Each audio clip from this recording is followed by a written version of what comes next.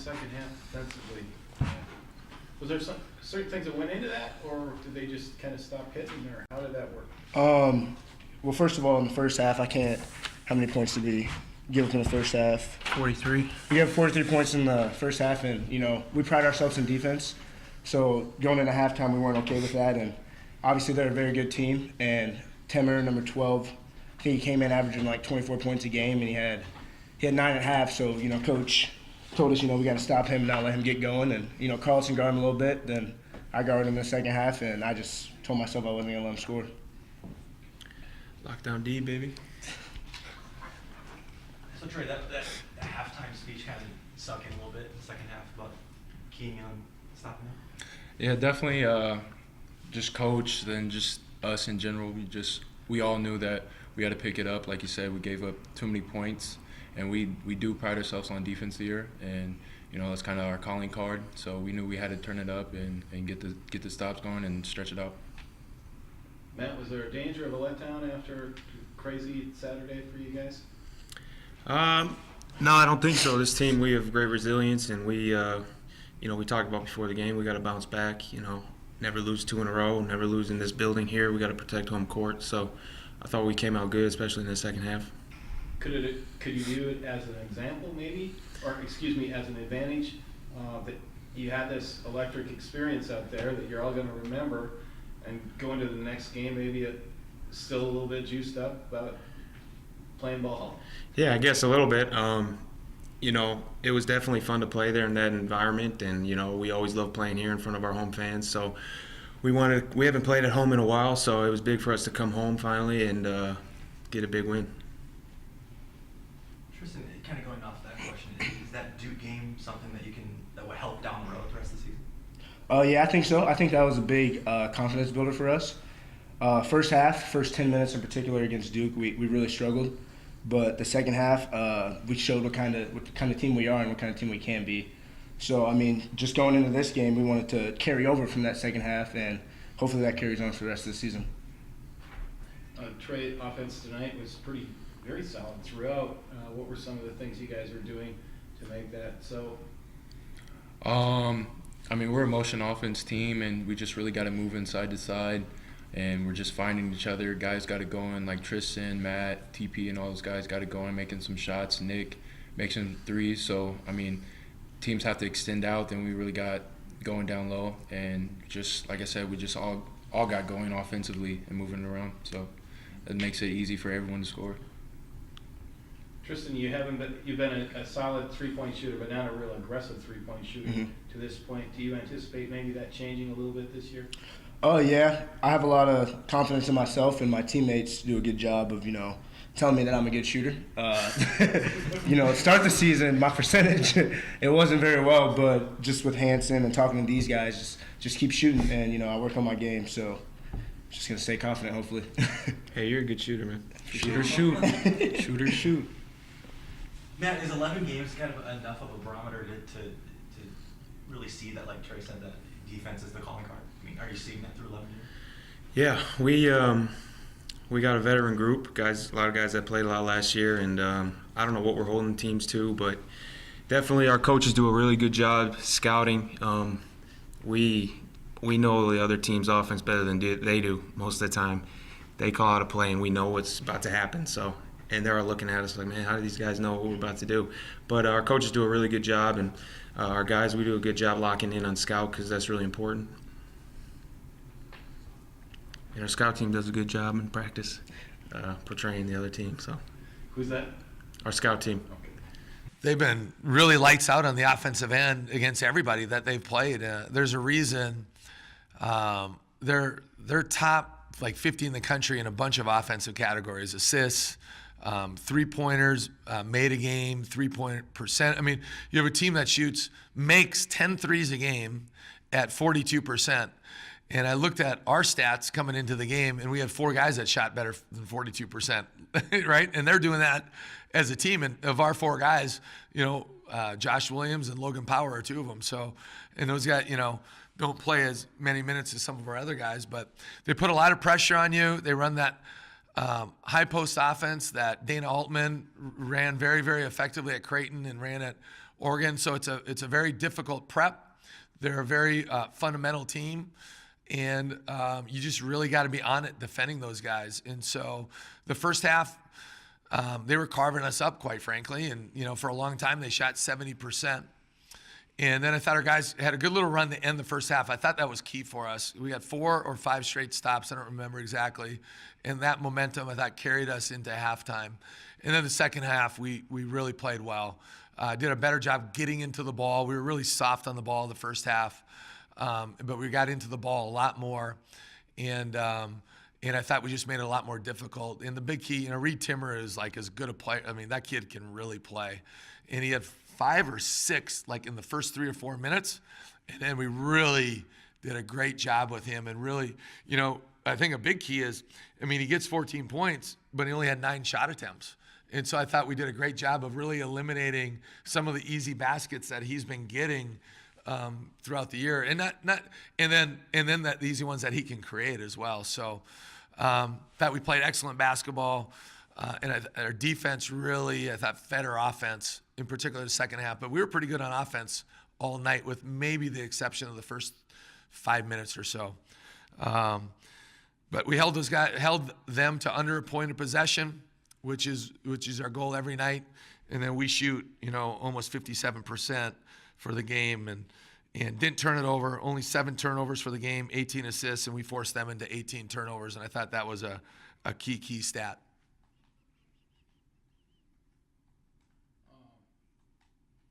Simpson, 4 out of 5 on threes. Those are most of them. He almost had to take it. He had Yeah.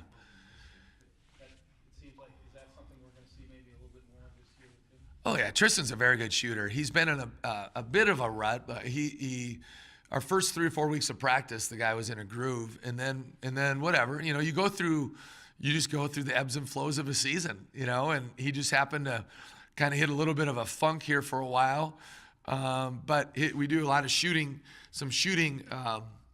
drills, so to speak, where we chart, how many they make, and his numbers have been really going up here the last couple of weeks.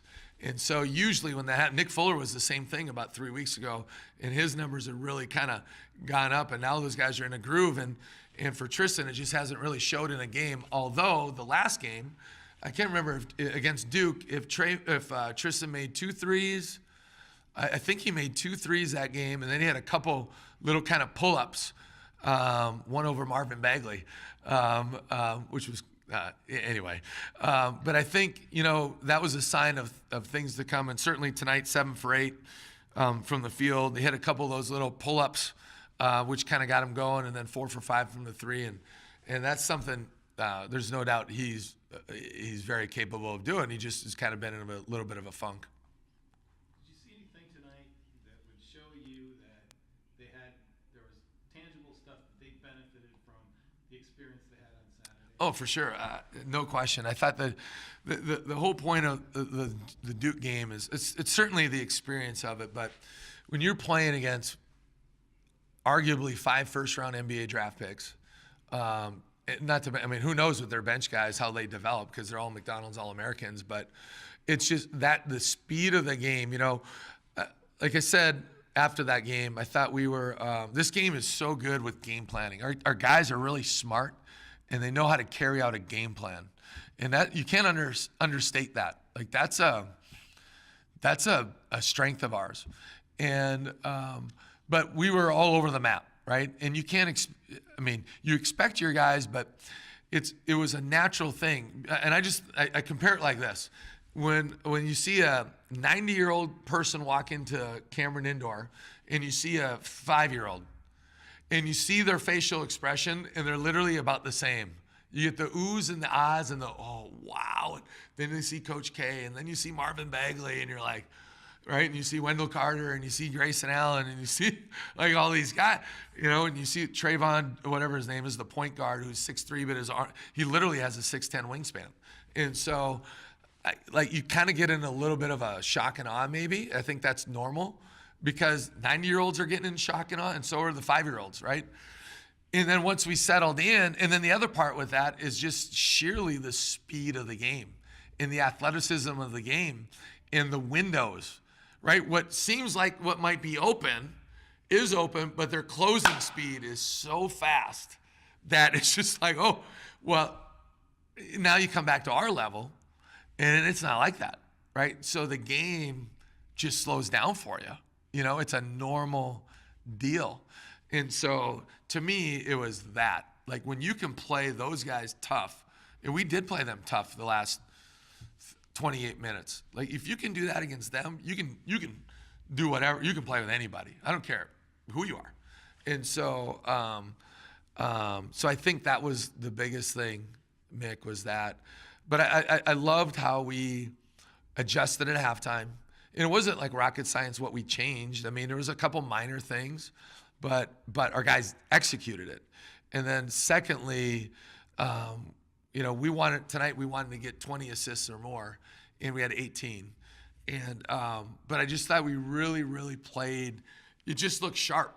Like I thought we really moved the ball. Down the stretch, we were a little more dribble happy, but all in all, I thought we really moved the ball well and made the extra pass. And I mean, just look at Matt Mooney has 6 assists and 1 turnover. Tyler Peterson, 6 assists, 1 turnover. So you're two predominantly wings, and Mooney plays some point obviously, but have 12 assists to 2 turnovers. Like that's a great number.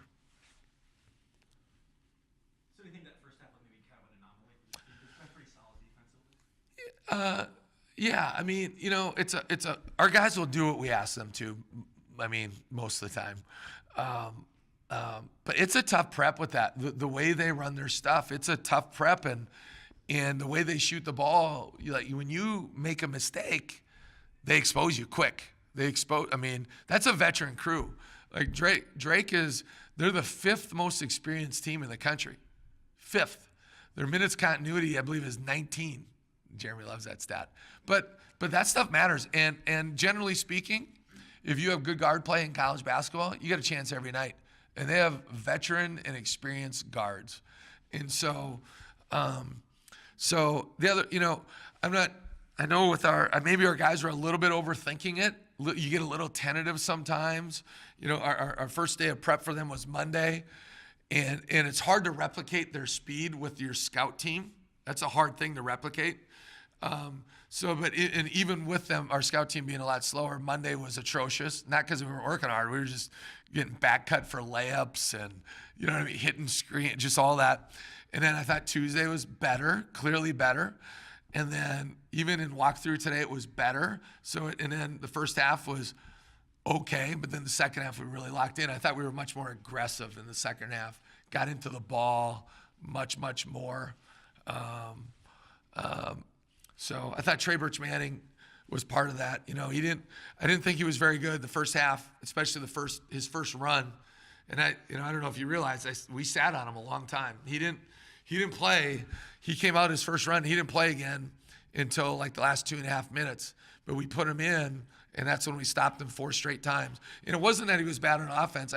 He wasn't bad he was bad on offense, not great on offense, but I didn't think he was very good on defense. Got his guy coming off the back cut, got a layup one time, comes out in a closeout and just flies out of control, and a non-shooter shot fakes him and just drives us to the rim. He wasn't real disciplined. And I give Trey credit. He self-corrected himself. And I think that's so much a part of good athletes and people in general, being able to look in the mirror and say, I got to self-correct. Like, we didn't go in there at halftime and berate our guys. We didn't do anything like that. But Trey looked in the mirror and said, you know what, I got to be better. And he was really, really good in the second half.